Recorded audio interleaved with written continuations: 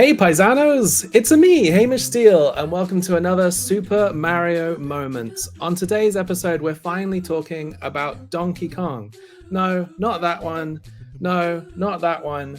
The 1994 Game Boy game, which is just officially called Donkey Kong, but is known by fans as either Donkey Kong 94 or Donkey Kong GB or Donkey Kong Game Boy or even Super Donkey Kong, as it was the first game developed with the Super Game Boy add-on gubbins in mind. This is a wonderful game, very underrated, even though many people count it as the best Game Boy game that is, including probably my guest. I am joined today by the extremely talented, the extremely prolific, and king of the nerds, I like to think. I am joined today by Daniel Barnes. Hello, Hey, thank you for joining me. King of the Nerds. Oh man, I think you might have oversold me a little there, but appreciate it. How you doing? Oh, I'm doing great. I'm so glad that you're on the episode. I'm so glad that we're talking about this game because Yes, I don't know. I do actually think it's underrated, even though it's also considered so highly. I think it's underrated by Nintendo.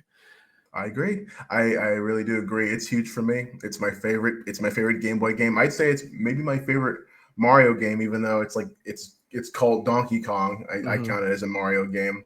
And it's really huge. I think a lot of people don't realize that Mario 64 moveset is from this game. Like it was in this game first, and then they put it in Mario 64 basically. So it's huge, and yeah, not enough people talk about it, in my opinion.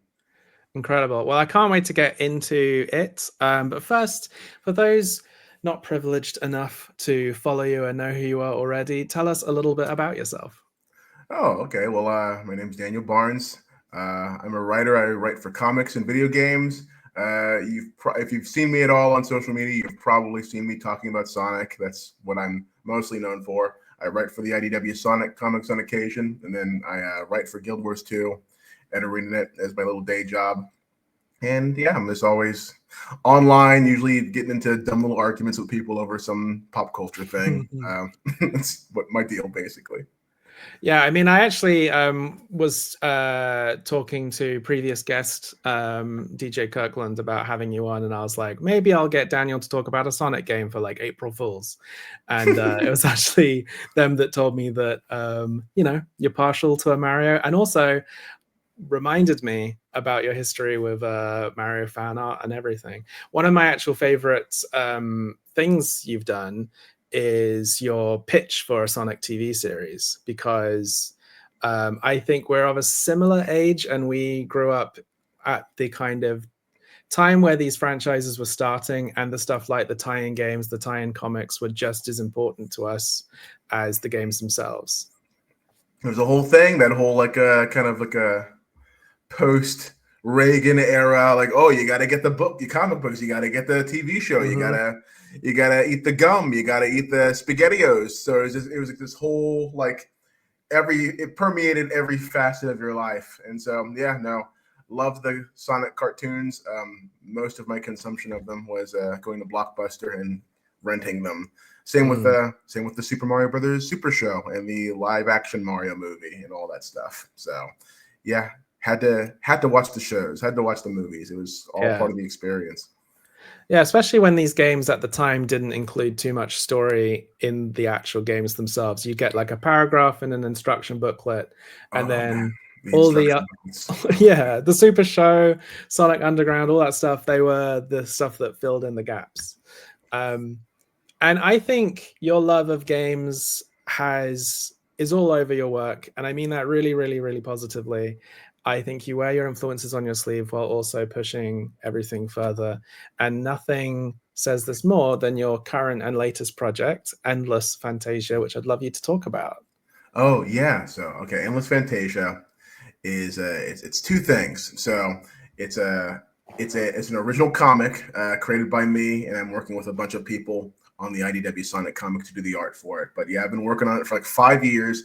It's this original thing, and essentially I like to my elevator pitch is it's basically like Sonic meets Kingdom Hearts, kind of. So it's very much like it's set in a city of fairy tales called Ever After, and it's kind of these remixed, reimagined versions of all these storybook, fairy tale, nursery rhyme characters you know and love, going on adventures, fighting the big bad wolf, who's like a kind of an archdemon in this.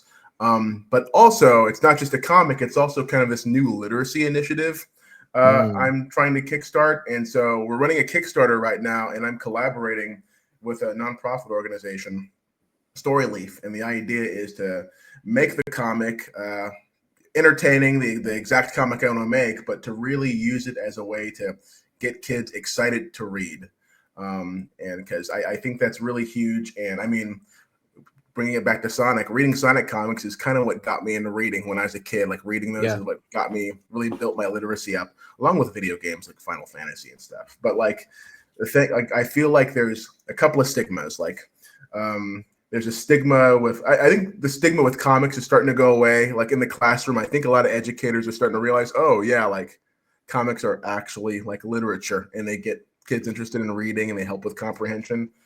So it's all about reinforcing that. And then there's kind of this stigma around like edutainment. I feel like when you think of like education and entertainment, people I think often go, oh, it's kind of lame. Like, oh, okay. I mean, that's cute, but no, like I think the idea is to just make something that has like some kind of value, some kind of enriching value in it just by being good. Like I think if we make a comic and it's targeted at all ages and it has a good story and it has good characters and good themes, and kids want to read it, that's educational.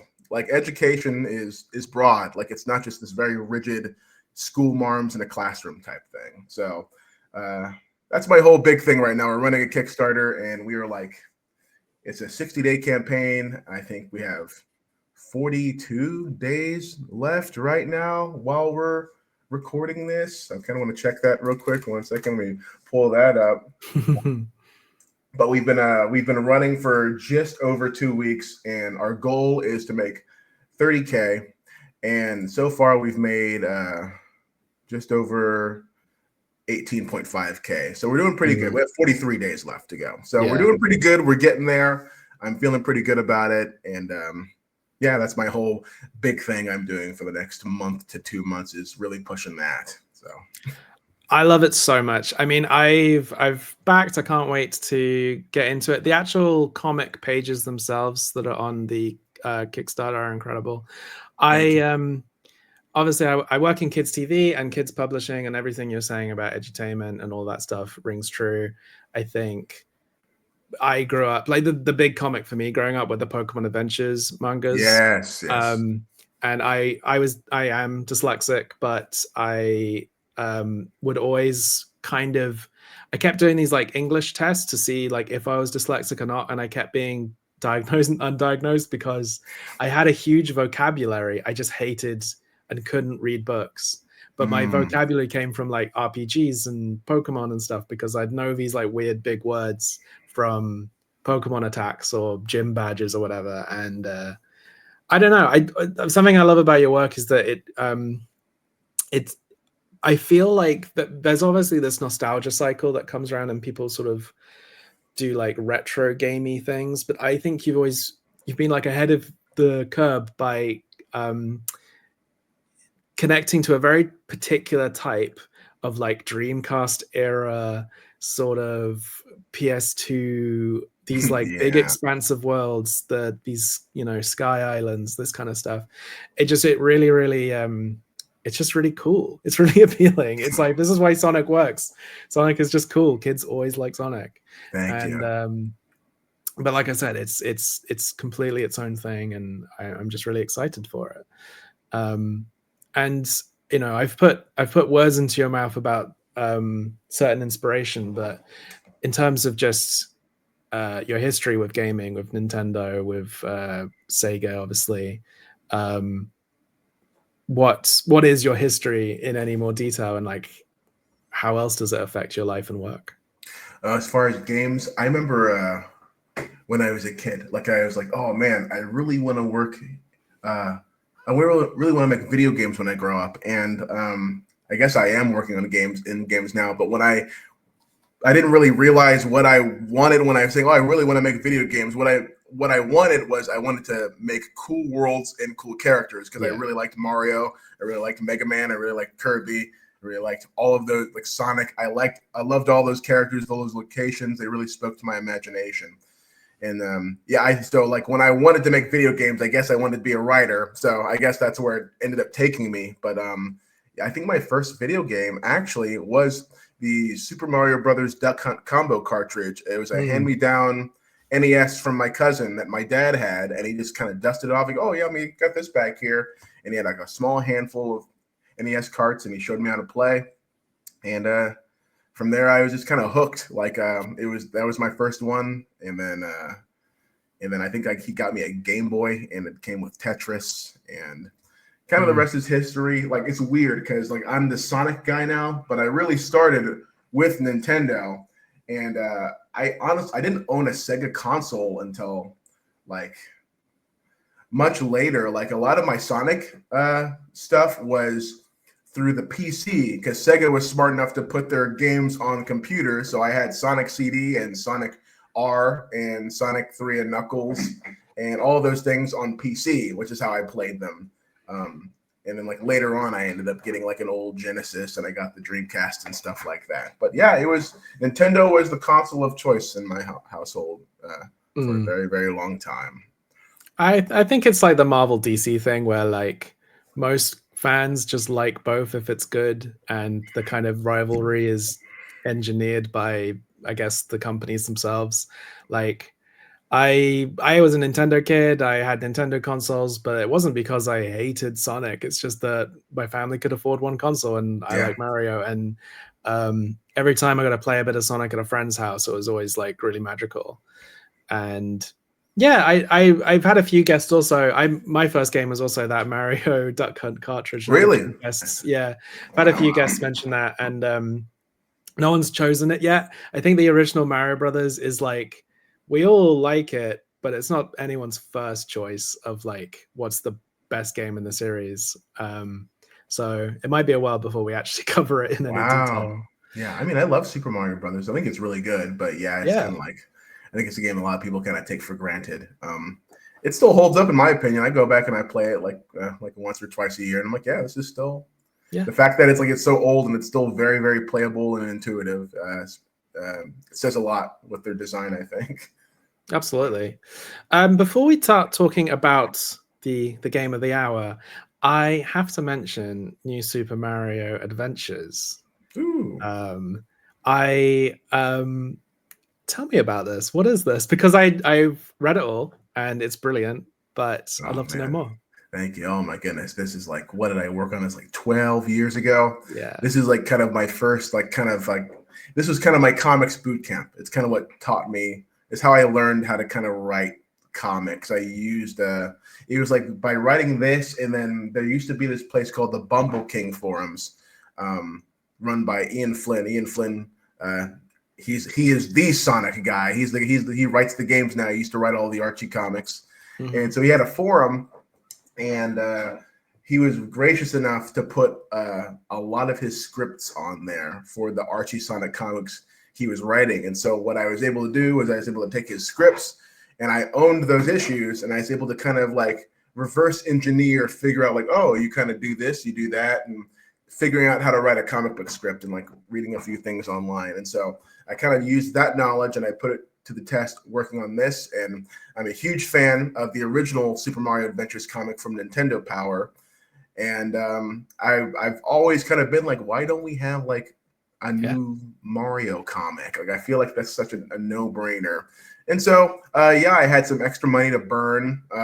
And so I worked with some artists, and for about, I think the comic, we had it running pretty consistently for about 1.5 years, 2 years, and then we kind of like started petering off on it. But it was great. We worked on this, and I kind of just wanted to stretch my legs and kind of go,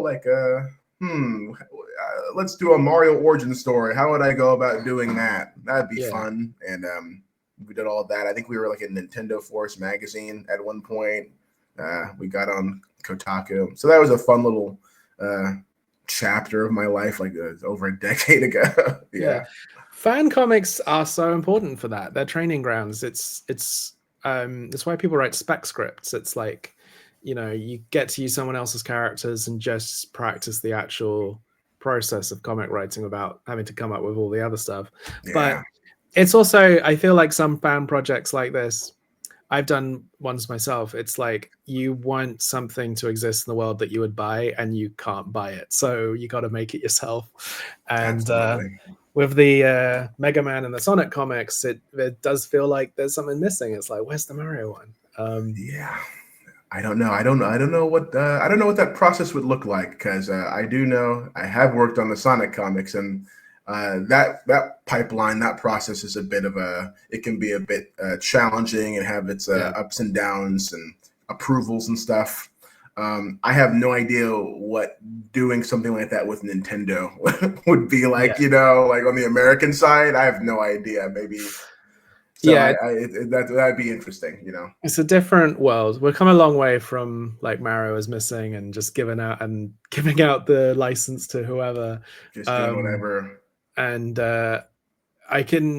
we've never actually covered the recent Mario movie on this podcast, but I feel like you can tell in that movie, you can kind of see the notes, Yeah, you can feel like Nintendo just moving them around in the movie, and like I've heard a lot of different things about that movie myself, and it's very you can, for better or worse, you can feel Nintendo's hands on it.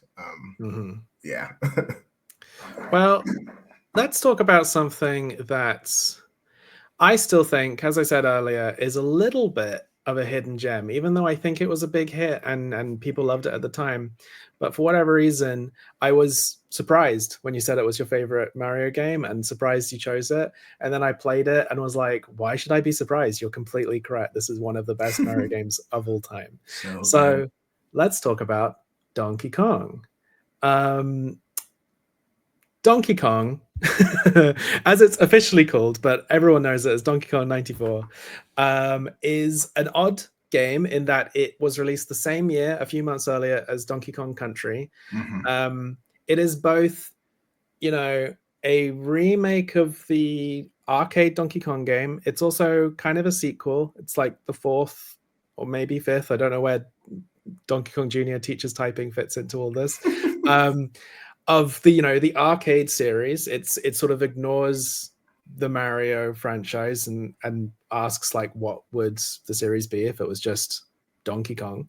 And it also in some ways is like a precursor to the more recent Mario versus Donkey Kong series. It's sort of a puzzle game, sort of a platform game, and as I said earlier, it was heavily marketed as the flagship title for the Super GameBoy add-on to the Super Nintendo.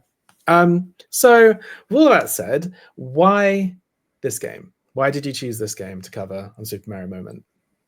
I think it's probably the Mario game I've played the most. I've played this game through so many times, and it's kind of just like, to me, it's just this distilled, compressed kind of everything I kind of like about Mario, even though it's a puzzle platformer. Just the charm, the energy, how bizarre it is, the personality, it all really bleeds through a lot. And like, because I'm a very big, when it comes to, no surprise, when it comes to Mario stuff, I like the 90s stuff. I like the Kotabe art. I like when Mario was a little weird, when he wasn't like as figured out and streamlined as he seems like he is now, and there's still a kind of there's a vibe based kind of thing to it. So I loved it, and I just spent so many hours trying to figure the levels out and the puzzles as a kid, and it gave me a real big sense of accomplishment when I finally beat the game, and it was just like,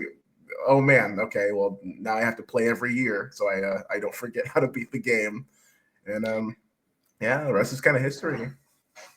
It's funny, on this show, I basically go into people's DMs and ask what Mario game they want to cover. And in this first season, we've barely covered anything from the Super Nintendo, N64, Wii, all that stuff. I would say the console we cover the most is the Game Boy. And I do think it's because people's fond memories of playing the Game Boy, because you could just keep going as long as you wanted. You didn't have to like give up the TV at any point. And I do think we played these games more than any other Mario games, basically. And this game in particular, yeah, this game in particular is, you know, bang for your buck, because it is, I think, good value for money. It's 101 levels, and even though they can seem obviously smaller, you can spend a lot more time in them and trying to figuring them out than anything in the previous like Mario Land 2. Yeah, absolutely. I mean, I actually, because I had that NES, I actually had Donkey Kong Classics on my NES. And so I did play like the original Donkey Kong first. And then we got this, and you beat the first levels, and then it keeps going. And I was like, what? Whoa. And as a kid, like I thought it was just regular Donkey Kong when I was a kid on the Game Boy. And then the whole game opens up. That was like one of those like early mind blow moments for me as a kid when I played a video game. Like, oh, there's like 100 more levels to this after beating this. Yeah, it's like the entire game is a twist. The way it's framed is so funny. It like really does want you to think that this is a remake, and then it's not just that there's extra levels, it's that the entire game. It's like if the whole Kanto Johto thing in Gold and Silver was like, you know, Pallet Town was the start of the game, and then that was what you thought the whole game was. It's so massive after that. Yeah. And I do wonder, do you think that's kind of affected its legacy? Because I feel like I'm always trying to convince people it's actually a real game. It's not just Donkey Kong. Maybe so. Maybe people just at first blush think it's just the arcade game, but on Game Boy, and they don't realize that like, no, it's a whole different game outside of that. Maybe they did their job a little too well with the twist. But yeah, no, I think that's a lot of its charm, and I like it so much. And I love that kind of like that direct relationship it has with the arcade game. It's one of the reasons why I think the Mario and Donkey Kong games are fun. I do not like them as much as this game because they just really feel like their own thing. They don't have the same kind of charm this one does. It just takes the old and what's familiar, and it just completely throws you into a new universe with it. So. Yeah, we've covered Mario Land 2 and Wario Land 3. And in both those episodes, we talked a little bit about how Wario really took over the kind of Game Boy sort of duties. But that whole conversation, I was forgetting about this game. And even though, it's called Donkey Kong, I think this is a brilliant, like, third Mario Land kind of entry, in that it like I said, it's value for money. It feels like it's the biggest of all of them. It's impressive how much they can fit on this Game Boy. And I also mentioned at the start that this came out a few months before Donkey Kong Country, and that this feels like, you know, the last time we saw like the arcade Donkey Kong and a kind of timeline got split. And it's only really kind of now where it feels like they're sticking them back together again. So what do you feel, even though this is like a Mario game, but like, how do you feel about Donkey Kong as a character and a franchise overall?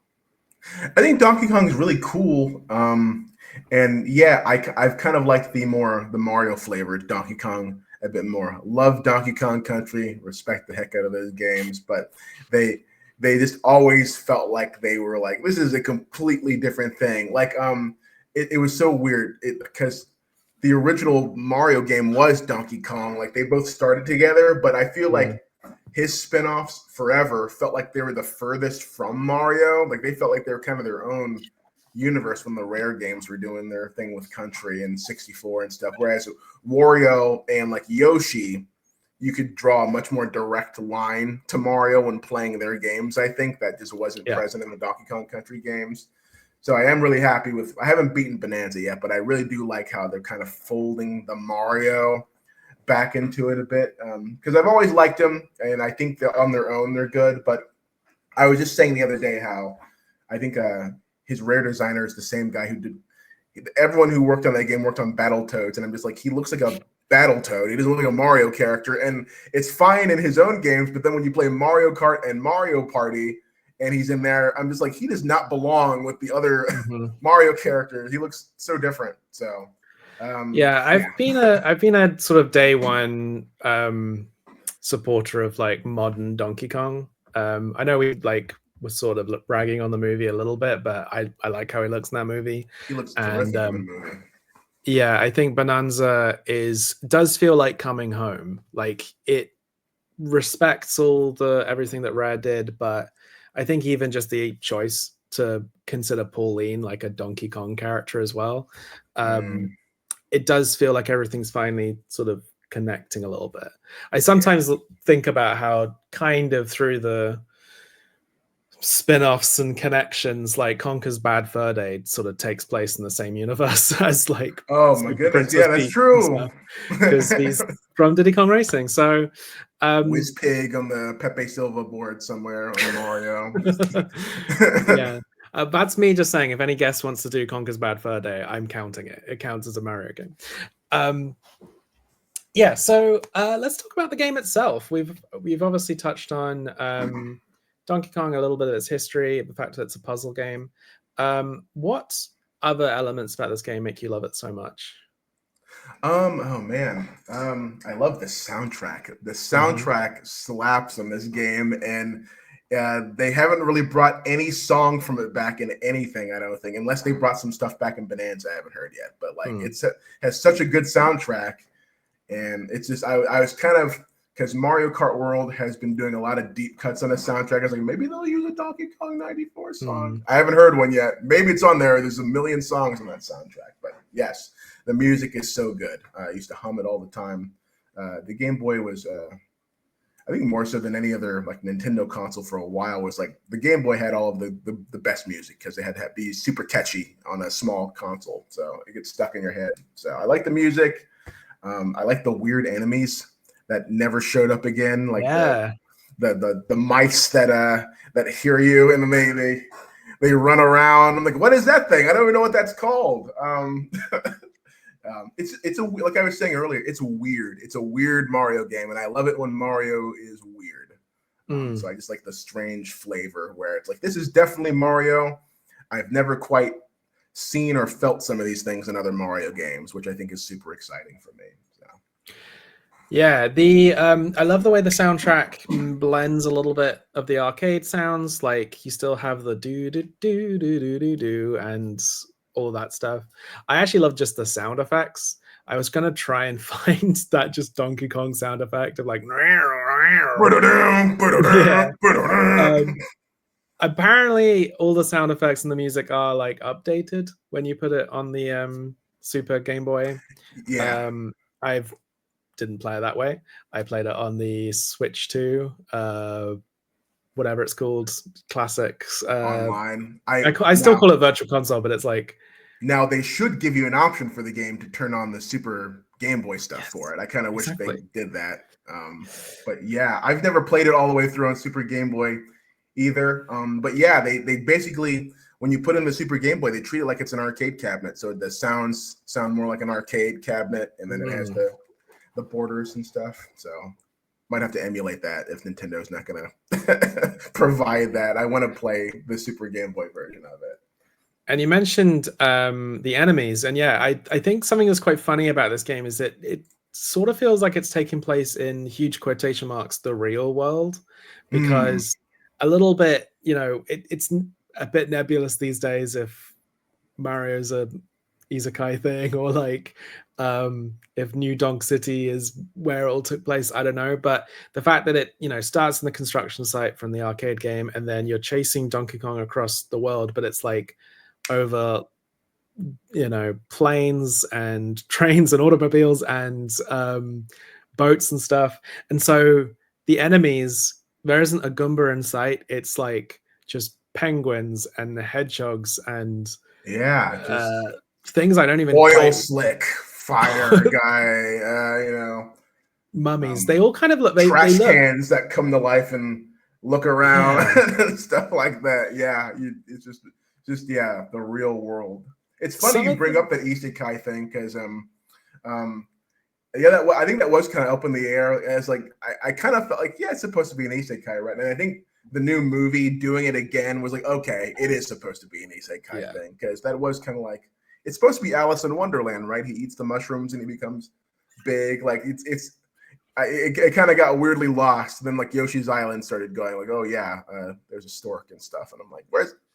But the movie has realigned everything. I think Mario's from Earth, and then he goes to the mushroom world, right? So. Yeah, and I think I feel like New Donk City is again just sort of meant to be Earth, and they gave it a funny name because they didn't want it to be literally set in New York City. New York, yeah. And I think I wouldn't be surprised if the second movie, which I'm sure we'll cover when it comes out, tries to do a little bit of needle threading of like, you know, Yoshi's Island kind of happened, but then he got lost and went to the real world, and I don't know. Yeah, I think if Nintendo gives them permission to go like actually exploring some of these things, I think they will. But I can also equally see them saying, no, keep it a mystery. And then we're also getting a Donkey Kong movie, right? They're still making that. So we're getting a Donkey Kong spinoff. It got like registered as a potential thing, and you know they made a whole Donkey Kong theme park and a movie and the new game and everything. So I think they're really investing in this and treating him again like a staple of one of their core franchises, which is exciting. Yeah. But I don't know if that is going to mean any more Donkey Kong 94 love. Even though this got put on the classics this year, so it was all like, you know, part of the year of Donkey Kong, I guess. Please give me like a proper remake, not Mario versus Donkey Kong. Just give me a real Donkey Kong 94 remake with all the graphics. Nintendo can make so much money if they just started remaking some of their older Mario games, but just like made it look like the Kotabe art. Like I'd rebuy the games all over again if they just like did that. Like, come on. Let's talk about some Kotabe art because this is a huge part of my love of Mario when I was growing up. And I feel like I had a few, you know, there was some comics in different art styles, but if there were, like, to me, this is golden magic. Like, it's so perfect. These designs, the way that Mario looks in the image I got on the screen. This is also an audio podcast. If you are only listening, you know the art style. It's the one that they still bring out. It's not really changed, but there's definitely been like a decade here and there where they've strayed away and focused more on 3D art. What is it about the art that is so perfect? It just it just like has this way of I'm getting butterflies just looking at this. Just like it just sparks your imagination. Like when I was a kid, it was just like, oh wow, like something about it, just the lines, just the shapes of things, the colors. It's all very perfect. I would just and we were talking about instruction manuals earlier, and this is big influence. Is just I one of the big joys when I get a new game is I was a weird kid. I grabbed the instruction booklet. I wanted to read the story. I wanted to read the character bios. I wanted to look at all the art first before I played the game. And that's such a huge part of the game experience for me that just doesn't really exist anymore for new games that I kind of lament. And you brought up my Sonic pitch deck I did for the TV show. Directly modeled off of instruction booklets, just the way it's laid out, the way it's shaped. It's basically how I pitch stuff. Is when I'm pitching something, I like, okay, well, let me just make it like a Nintendo instruction booklet from the 90s, but for the idea I'm trying to pitch, basically. So they convey an idea and they capture your imagination so immediately. It's always stuck with me. Yeah, as a kid, I actually used to like make fake instruction manuals for games. I was like, I loved Mario, but I was actually a real like obsessed with Yoshi kid, and I was constantly trying to make like, what would Yoshi 64 be like? Oh man, kind of booklets and stuff. And the way to my heart is an enemy list. I love like a little beastery. Then you open up the Super Mario Land and booklet, and you're like, what are these names? These aren't the these aren't the enemy names. What do you? Yeah, I don't even know. What is this? I have no idea. Even if I've always got the Mario wiki open when I record this. Mm-hmm. I don't even know if half these enemies have real names. Oh, they do. They're all odd Japanese things. From Mario Land or Mario or Donkey Kong 94? The Donkey Kong. There's a few ones, like we all know about like Snapjaw and things like that. Weirdly, the falling blocks which don't have faces in this game are called thwomp platforms. So maybe they're just turned around. You can't see their face. Yeah, they're facing, their back is facing towards us. But that seems to be the only. Okay, one of them's called a Spark, which is a name given to some of the like little spark things. But like I said, there's no Goombas, there's no Koopas. One guy called Aquaman, and here you see that the little diver. Crossover. So yeah, it's interesting that. I mean, I love this artwork. I agree with you. Our actual next episode, spoilers, folks, is going to be on Wario Land Shake It, which was, a hand drawn, but because it's on the Wii, it's now looked quite pixelated these days. I think you're absolutely right. Some kind of game that actually uses this art style properly, like fluidly animated, would at least we would buy it. I think maybe it confused some people, and I've appreciated in the last few years things like Wonder, they're and America World, they're imbuing the 3D models with a lot more of this personality. Yes. Yeah. So I mean, hopefully, I think the rumor is we might be getting a Mario Direct here in a couple of weeks for the 40th anniversary. So maybe they'll announce something that's adjacent to what we're talking about. That would be the dream. My big wish list has been, please do another like Super Mario All-Stars and Mario World, and just take those games exactly and just remake them with Kotabe's art, maybe arrange the soundtracks. Perfect. That's all you have to do. Not a lot of work. It might be the perfect anniversary game for me. So we'll see. Yeah, I've put in my calendar like the rumored dates as potentially doing a special live Mario moment reaction, but we're probably just gonna get a clip confirming that Danny DeVito is voicing Wario, and then please. I mean, I don't know. Here's the thing with Nintendo and their directs, like they did a big celebration for the 35th, so clearly 40 needs to be a big deal. But what else can you do? Mario Kart World and Donkey Kong Bananza and a whole new console. Like we got quite a lot already. But there is the Switch doesn't feel like a real Switch 2 doesn't really feel like a real console yet until it has some kind of Mario platform game on it. Yeah. But we'll see. You mentioned right at the start about Mario's backflips. Yes. This is maybe my favorite part of the game, is just how Mario controls, and it's one of the reasons why I feel like the Mario versus Donkey Kong games don't quite hit as well. Even though I think those games have more movement, there's something so satisfying about on a tiny little pixelated Game Boy screen doing a full-on move from Mario 64 and doing it in the same way. Yeah, like you're not even. It's not even a different button. You're basically like doing the same thing of just going backwards and pressing A. It's so great. And when I was looking up about this game, I found print ads like in Japanese magazines, and their selling point was Mario now backflips. Like they knew they had something big here.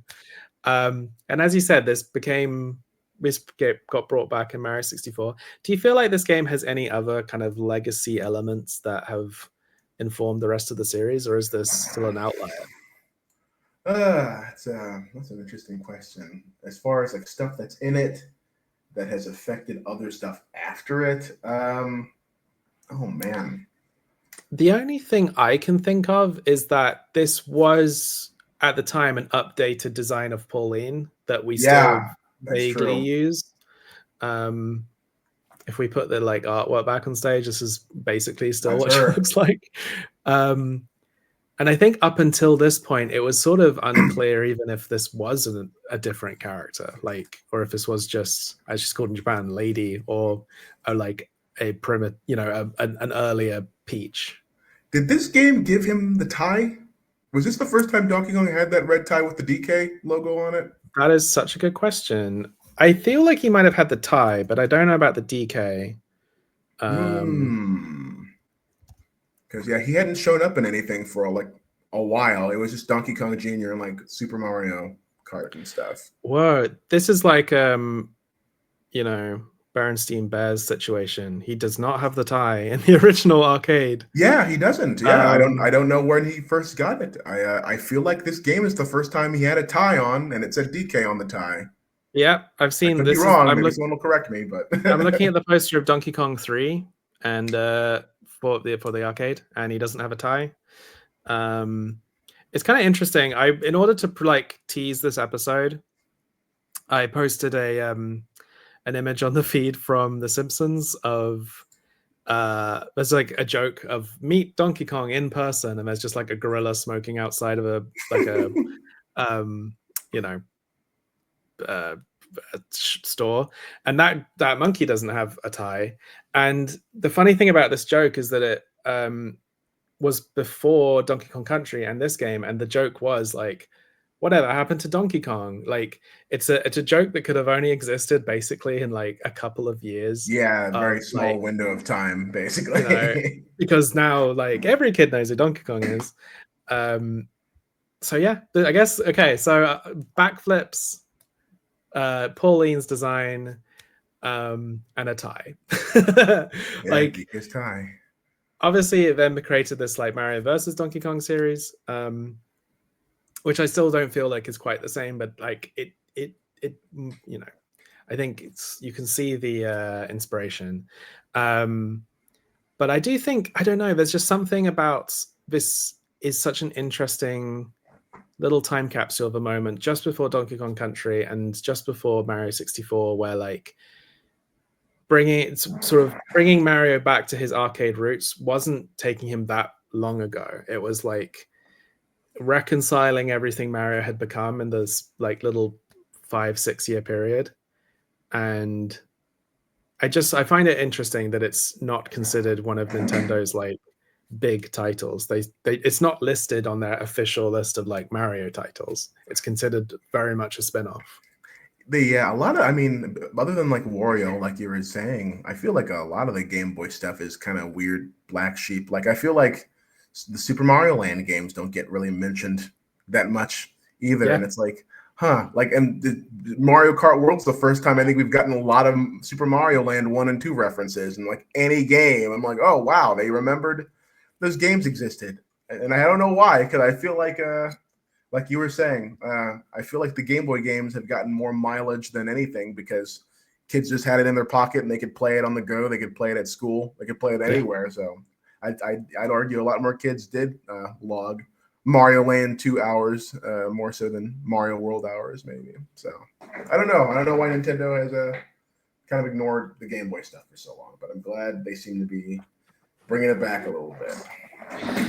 So in terms of legacy, do you consider this, not that the Mario games really have a real canon or timeline or anything, but do you consider this a remake or a sequel?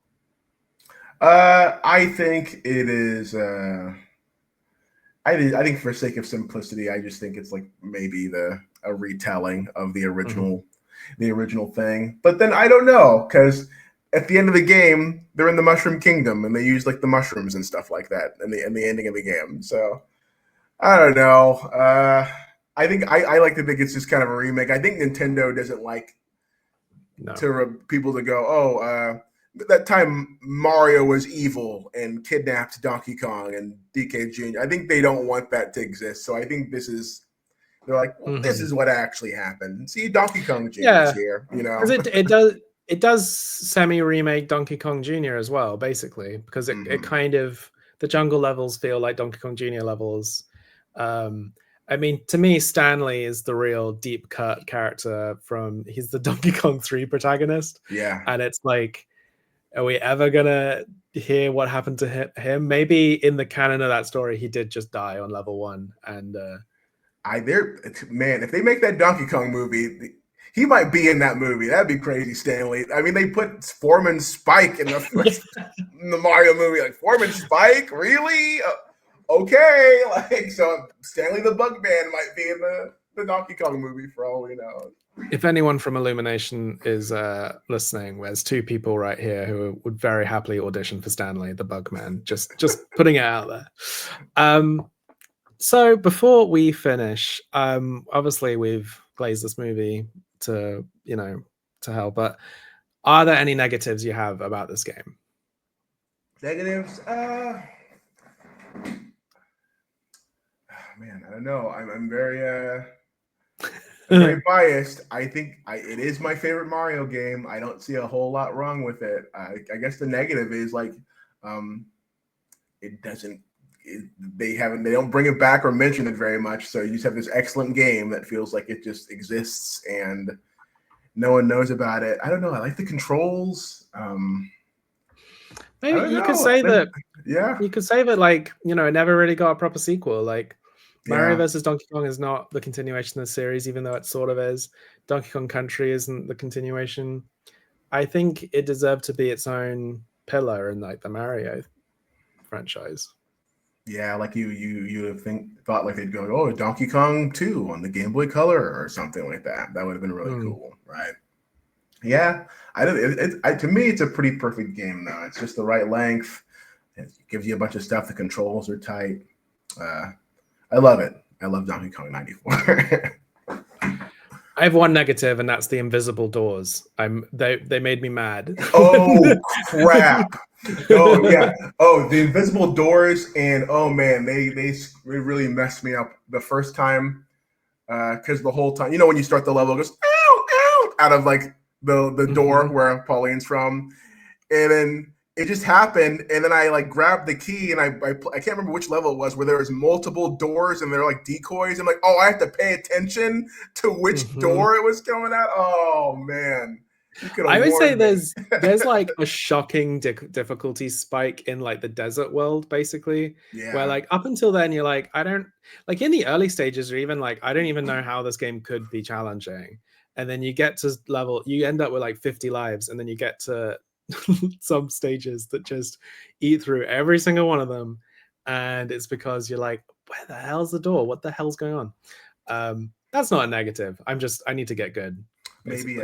Maybe they could have made the DK boss stages a little more interesting. They're almost all just pick up a barrel and throw it at him, and like maybe they could have mixed that up. I actually really like the mid stages they did where he's at the top and he would just he'd mess with you, and you have to go through like an obstacle course to get to him. I ended up liking those more than the boss fights, which would just pick up the barrels and throw them at him. Yeah, it's kind of boss battle 101 is pick up the things they're throwing and throw them back. Like, thing at some point. That's another little thing. I know it's just wrapping up, but I do think it's interesting that this has got a little bit of the DK arcade, well, a lot of the DK arcade mechanics in there, but actually has a lot in common with like Mario Brothers 2 with the whole like picking things up. It feels like they're consolidating all of Mario into like this is sort of Mario in perfect harmony. Well,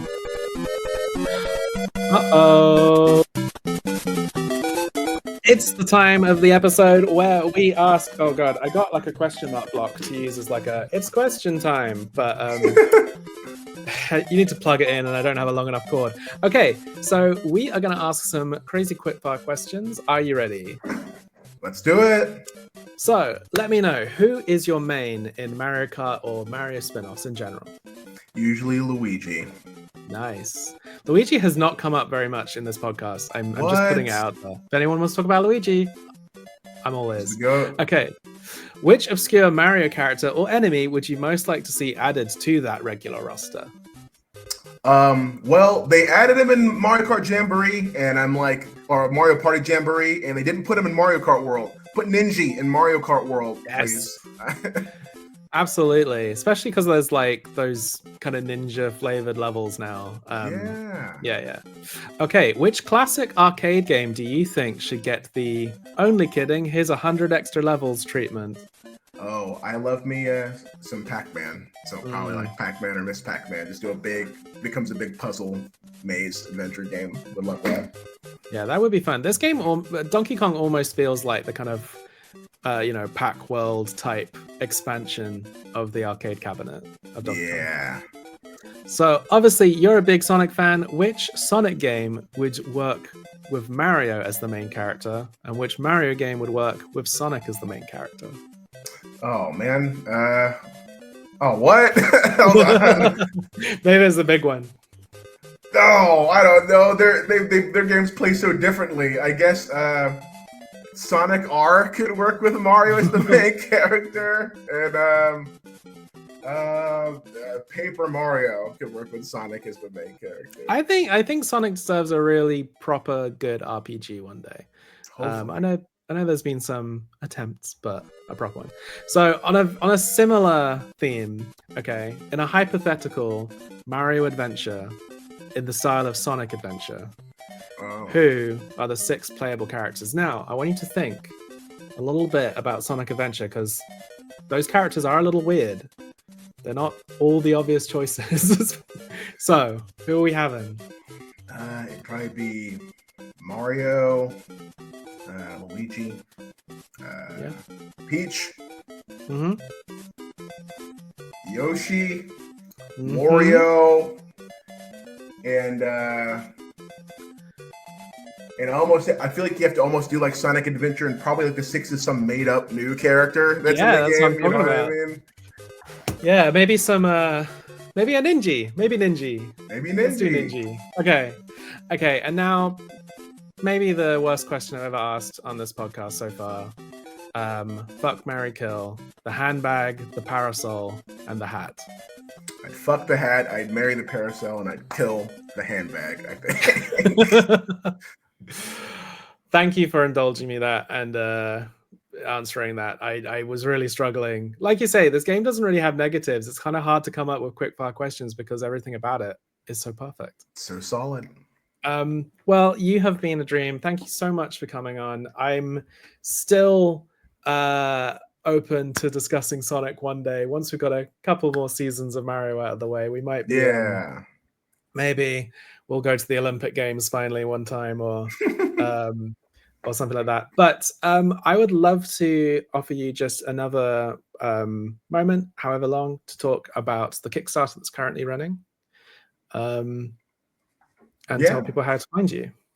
Okay. Again, the Kickstarter I'm doing, it's called Endless Fantasia. Just type it right in on Google or Kickstarter, you can find it. Again, we're running for we have 43 days left on it. We're trying to get to $30,000. We're at like 18.5K right now. Really appreciate anyone pitching in, and also telling educators and librarians about it, because we have bundles on there specifically built to give them books. We have like a reading guide in that bundle. So tell people about that, please. And then as far as where you can find me, I'm on Twitter and Blue Sky as Danny 8-Bit. See me yammering about random stuff and arguing with people over stuff that doesn't matter. And yeah, that's me. I'm Danny Barnes. Well, you are a very great follow on social media, because as much as you say you're arguing with people, you're just posting great art, great opinions, and all the kind of nerdy shit that I love. Thank you. Once you have donated to the Endless Fantasia Kickstarter, I'm just going to quickly promote my new book, Go Man Champion of Earth, that came out last week. If you're liking the stuff from Endless Fantasia that kind of wears its influences on its sleeves, that's colorful, that's great, that's good for kids and adults alike, check this out. It's kind of inspired by Power Rangers and Ultraman and Godzilla and all that stuff. But aside from that, this has been Super Mario Moment. We are a proud member of the GlitterJaw Queer Podcasting Collective. They've got lots of great shows on there. They've got some great video game shows, including a Simpsons gaming podcast called Lee Carvalho's Podding Challenge, which I think is a great title. And yeah, I've been a guest on many of those shows. The glitterjaw.com website also has a page now called Resources, which has all kinds of things on how you can get involved with political stuff that's happening in the world. And it's got loads of donation links and things like that. It's a really good resource. Next week, we're talking about Wario Land Shake It. And you can follow Super Mario Moment on Instagram and Blue Sky and all the places. Thank you so much, Daniel. This has been an absolute pleasure. And until next time, so long, gay Bowsers.